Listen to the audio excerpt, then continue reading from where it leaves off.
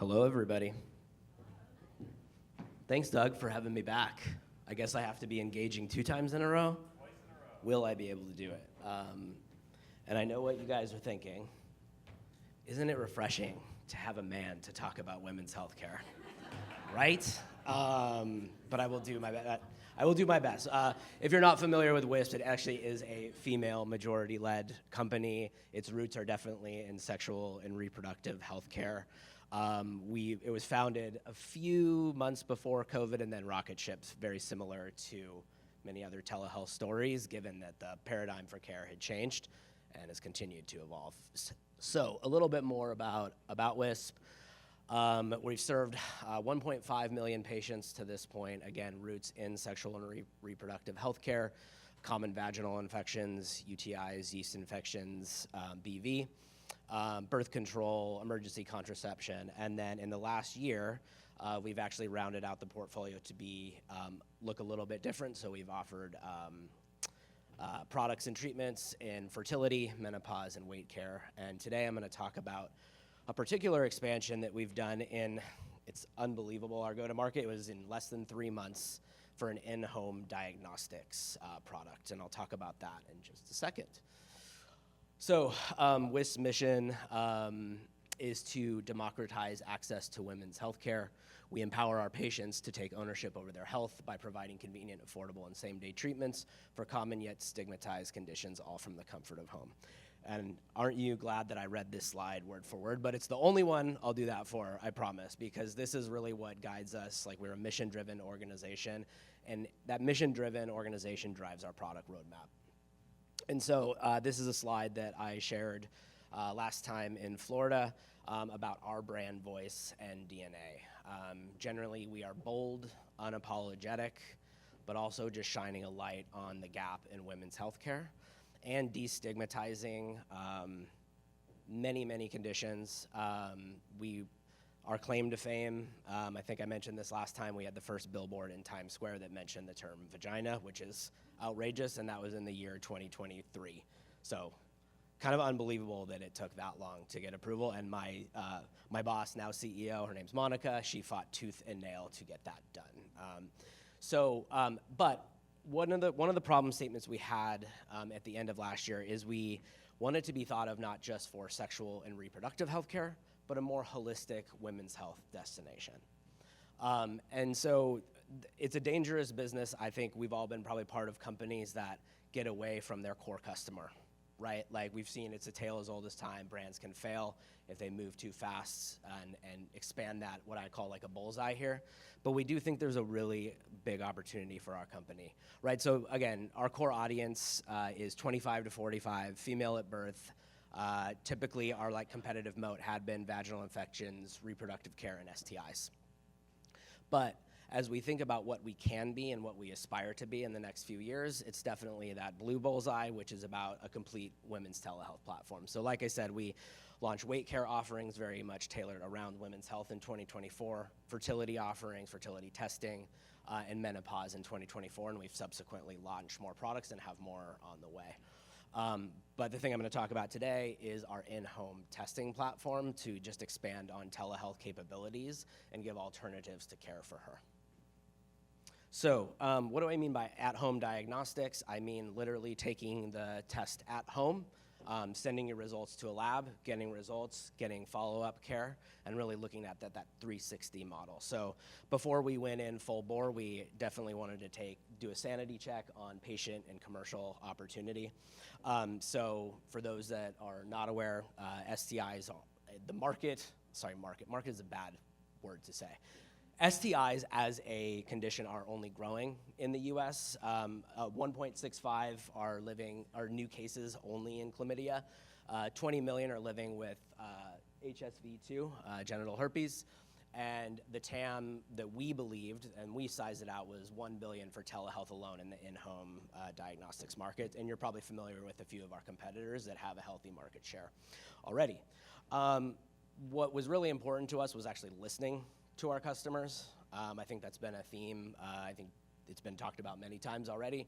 But we do quarterly pulses and in-home surveys. And 35% of our customers said, hey, like the telehealth model is great, the acute care model that you've built is wonderful, I'd like to see more. So 35% actually were interested in that at-home testing model. And of those people, 62% in sexually transmitted infections, and around 60% in vaginitis conditions like BV and yeast. So from a patient centricity point of view, what else were we seeing? We would also send out lab slips, right? So when we needed an actual test for care, we would send out lab slips and ask our customers to go to Quest or LabCorp and come back. Our completion rate was abysmal. We put them outside of the telehealth model at that point, and it was hard to get them back in. So we actually ended up losing that treatment oftentimes, where we would take an order and actually not get the revenue, right? So this was an opportunity to control this in our own ecosystem. And one of the most popular things that we have on our website right now, actually still to this point, is a symptoms quiz. I'm experiencing X amount of symptoms, going through like a flow almost to get them the right care. So that gave us a signal too. Oftentimes we want to help our patients self-diagnose. And then lastly, with the validation, this was the most critical thing, is in the last year we had been actually running with just third-party partners where we offered their products on our site, and that turned into a $1 million run rate business, which is pretty massive for us. So we got that litmus test of actually offering and testing quickly.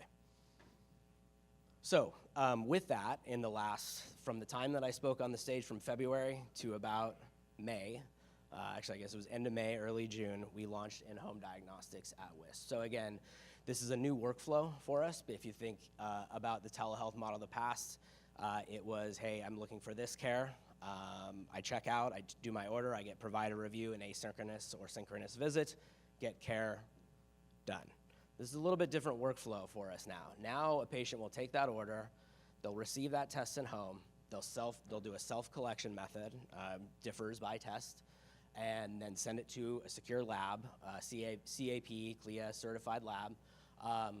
Then they will get consult and provider comms depending on the result. If it's a positive result, they're gonna get follow-up care that's included with the price of the test, which is a very intriguing model, as we were talking about the financial model changing for a lot of individuals and insurance model changing for a lot of individuals.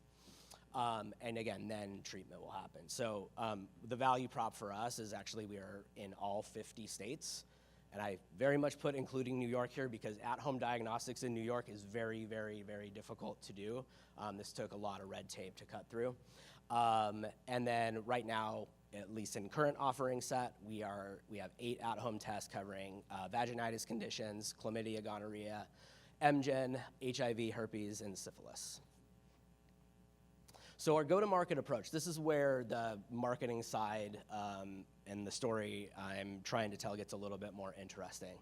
So definitely with these at-home kits, the way we approach this as a marketing strategy was actually, again, leaning into our value prop, right? Discreet, at home, no lab. You don't have to go to the waiting room, go to urgent care, hopefully not even the emergency room, right? No stigma attached to this. That's a big part of our whole value prop, is destigmatizing women's health, convenience, and then price transparency, right? We're a cash pay model. The customer knows the patient knows what they're going to pay. It's very, very much clear and upfront. And then this is where it gets a little bit interesting in how we're evolving from that bold, unapologetic to also like a more clinically focused and clinically transparent brand as well. So this woman in the middle, her name's Dr. Jennifer Pena. She's our new chief medical officer. She has a fascinating background. She's a military vet, and she was also an in-house White House physician. So she has a very, she is a wonderful person to talk to, and we're putting her front and center of the brand, right? To kind of build that, we talked about influencers early, she is our medical influencers. She is the face of the brand that we are trying to push forward. We definitely hit on that clinical focus, 360 care, Wisp provider, and then when there's certain conditions we don't treat or don't provide post-treatment for, like HIV, so we refer to inpatient care in that case. It's more appropriate. From a marketing launch perspective, we definitely handled this as a 360. This is a big one for us. This actually helps us push from that sexual and reproductive health care into complete women's care. So we went really big. We have about 1.7 million people in our reachable people in our email base. So we definitely went that route. We definitely have a lot of dollars deployed in paid search and paid social. Speaking of medical influencers, we employ not only our CMO, but a few others. We also have a community of social influencers as well that we utilize to get word out. And we also, we talked about CTV and streaming. That's also another channel that we've done a 360 launch plan with. So it was big for us. And so far the results, knock on wood, are showing some pretty strong growth for us. So to give you an example of what that looks like, this is our combination of creative that we've deployed. So that's Dr. Jen, who I mentioned on the left. And it's really straightforward about the mode of care and how it's differing from our traditional telehealth model. And one of the things that I definitely want, when you talk about at-home testing, when you're talking about sending to a lab, when you're talking about integrating with a telehealth partner, is PHI and privacy. So actually, I think right after this, I'm leading a roundtable on PHI and privacy, so I'm happy to talk about it more. But I built this slide visually just to say, hey, if we're talking about patient data, if we're talking about at-home testing and collection, if we're talking about results in clinical care, there is this red wall, right, where we have to make sure we are PHI and HIPAA compliant, right? So I can talk more about these at length, but the way we've done this, from especially how we integrate into marketing platforms, is making sure we're taking the most conservative approach with patient data. We've done a lot of work on our pixels and server to server. We've done a ton of secure integrations with our at-home testing partner and our own patient and secure web portal. But generally, the themes on the right are what we live by. Even our life cycle programs, right? We ensure double opt-in. We make sure that every time there's a new order, we re-opt people in. So there's a big patient security and patient centricity to our PHI and how we manage that. And then lastly, I know I've gone through pretty quick, so leaving a little bit of time for Q&A. But as I think to the future and our marketing and company strategy and what it means for our patients, is definitely we're going to continue to expand that at-home offering. We've seen really good signal that it's a great value prop for our patients and a great alternative, like I said, in this more financially challenging market. We're definitely launching new categories in women's health. One I didn't mention is actually hemorrhoid care. That's just one of many that we're trying to expand on, again, to become that more holistic platform. And then we also have current offerings in Wisp private label products. So not only do we live in acute care, we also have preventative and holistic care for some of our conditions. And then new methods of care. So this is the last one I'll end on, which is really intriguing, is there's a growing feedback from our patient base about partner therapy. So one of the things that Wisp was first to market with was a reaction to a study that came out, I believe actually out of Australia, that recurrent BV or bacterial vaginosis was often due to the partner not getting treated. So the female would get treated over and over again and it would come back, and then the male was carrying it, no conditions, and was never treated. So we actually offer partner BV therapy on the site right now. So we're trying to lean in a little bit more on that holistic care for her. So I think that is all I have. And I think I went really fast, so lots of time for Q&A. All right, thank you, Tim. What questions do we have? Oh, all right.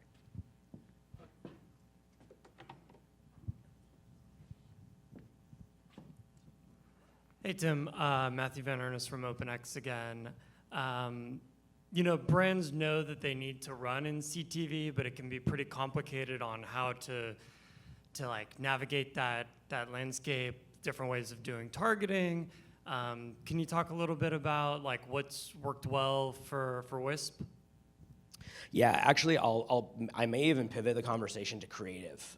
We've tested a ton of creative in CTV, humorous, clinical, branded, multiple iterations of that. And actually what we found in CTV is actually humor works the best for us. So we obviously do demographic targeting. We can't really do matchbacks or lookalikes because of PHI, but we do a lot of like creative testing and pretty iterative. So we'll run probably 6 or 7 at once for a few weeks, and then do almost like a like A/B experiment with that. And what we've found almost every time universally is like that attention grabbing, like humor led content is what generally wins for us. It's not a massive channel for us, to be fair. It's probably 3 to 4% of our spend, but it's still effective in like upper to mid funnel for us. Thanks for the question. Cool, thank you. Yeah. Hi, Gabby Stoller, GM of Digital Out of Home for Big Happy. I loved the session, so just thank you so much. Oh, I appreciate you. Thank you. The Times Square billboard and you doing that and the testing of creative is really, really, really critical.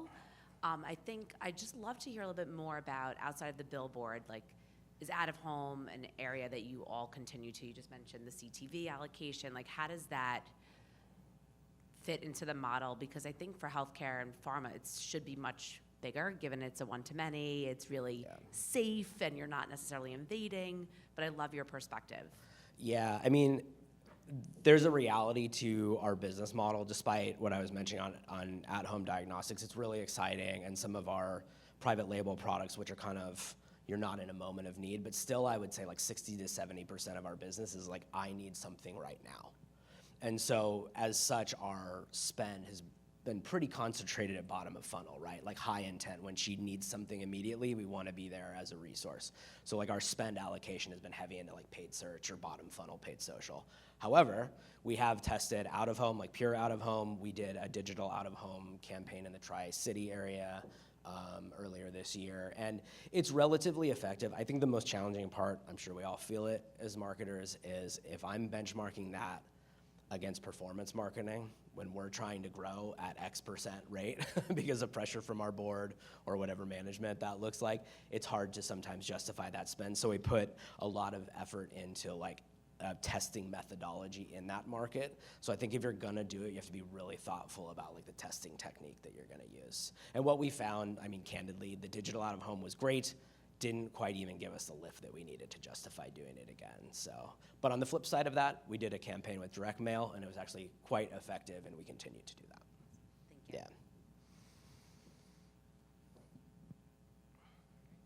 Yeah. Okay, thank you, Tim. All right, thank you. Appreciate it.